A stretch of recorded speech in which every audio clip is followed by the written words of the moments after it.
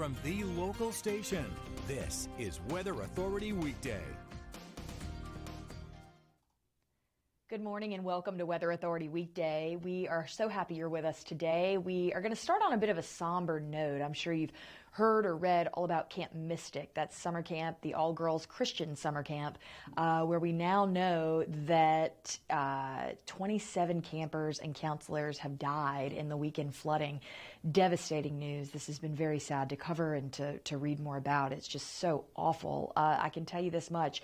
Camp Mystic is that all-girls summer camp that sits along the Guadalupe River, and with 27 campers and counselors that have died in the floods this weekend, it is just a time of pure emotion. The river at the camp rose more than 20 feet in less than 2 hours during the peak of the flooding early on the 4th of July. So a flood watch covering nearly 5 million people in central Texas, including all of the flood disaster areas, has been extended until 8 p.m. tonight as more scattered showers and storms are expected throughout the day. For some locations, this will be the 6th consecutive day with rainfall, and you could certainly see video. This video is powerful.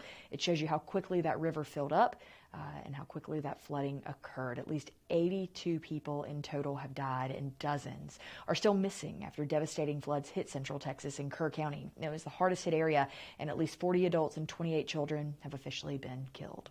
Very sad. We pray for them. We keep them in our thoughts and their families as well. Rescuers are still searching for at least 41 missing people, according to the state and local officials. Newly released drone video shows members of the Fort Worth Fire Department conducting water rescues in San Angelo on July 4th. And in one clip, rescuers can be seen pulling a person out from a partially submerged car. And so really scary stuff. According to the department, these first responders faced incredibly dangerous waters to bring terrified people to safety. Now you see there somebody standing on top of a pickup truck that's basically under the water, and these water rescues that are being made. I mean, these are actual roofs, of houses and buildings. That's how high that water was.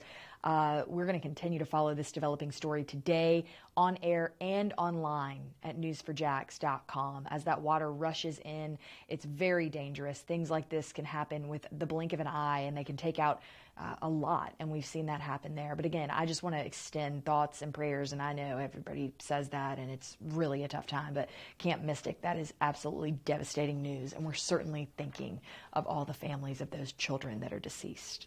So we're going to move on now to Tropical Depression Chantal, and we're going to talk a little bit about that because, somebody beside me is moving a U-Haul box. I got distracted. But as you look here, it was once a tropical storm. It's weakened, but it still brought heavy showers and thunderstorms in the central part of North Carolina.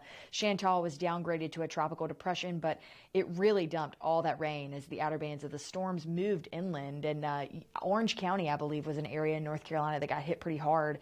Near Raleigh. So that area, a lot of rain came through and certainly left its mark. So let's take a look right now at, some high temperatures and some rain outlooks. This is from the National Weather Service.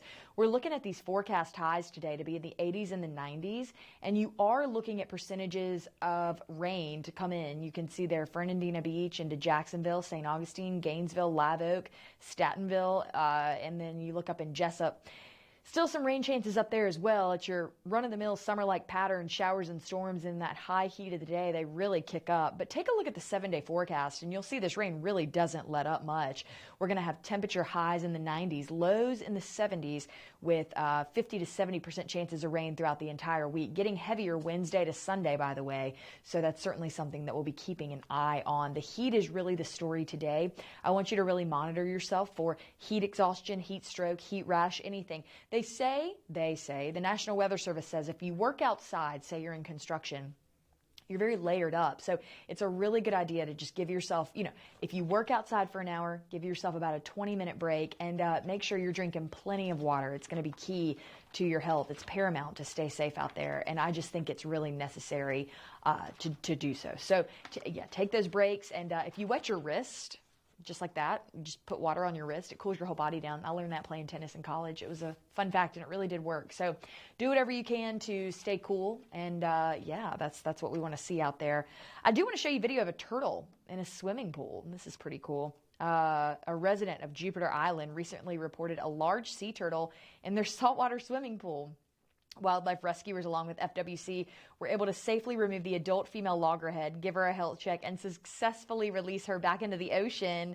Although lightning was not a factor in this specific incident, please remember that during nesting season, artificial lighting can disorient nesting sea turtles, sometimes leading them away from the beach. Small changes in outdoor lighting can make a big difference for sea turtle conservation. Remember to keep it low, keep it long, and keep it shielded to minimize artificial light impacts to wildlife. There goes that turtle back in the sea. That is so cute.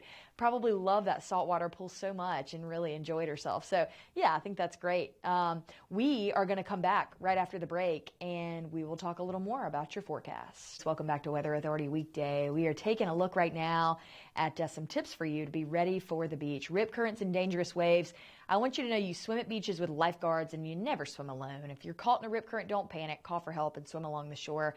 Mark Collins did a great package, our meteorologist, on how to get out of a rip current. Go to newsforjacks.com to see more about that. Supervise young or inexperienced swimmers and in excessive heat. Remain hydrated. Wear light, loose-fit clothing and use sunscreen. Relax in the shade and cool off in the water. And with lightning, if you hear thunder or see lightning, go immediately to an enclosed building or a hardtop vehicle. Go to a car. Be safe. So let's take a look at the beach cam out there. I think this is really imperative to show you what a gorgeous day it is. Get out there and enjoy it. We do have a moderate rip current risk to a low rip current risk on the central part of the coastline. But for us, it's moderate. So go enjoy, boogie board, surf, whatever you want to do. Take a look at the next 7 days and you'll know that you want to enjoy the beach in the morning because in the afternoons, we're expecting some showers and storms in that run-of-the-mill summer pattern that we're under. Highs in the 90s, lows in the 70s, and we'll see you again tomorrow on Weather Authority Weekday. See why every day more people are choosing News 4 Jax, Northeast Florida and South Georgia's #1 source for local news.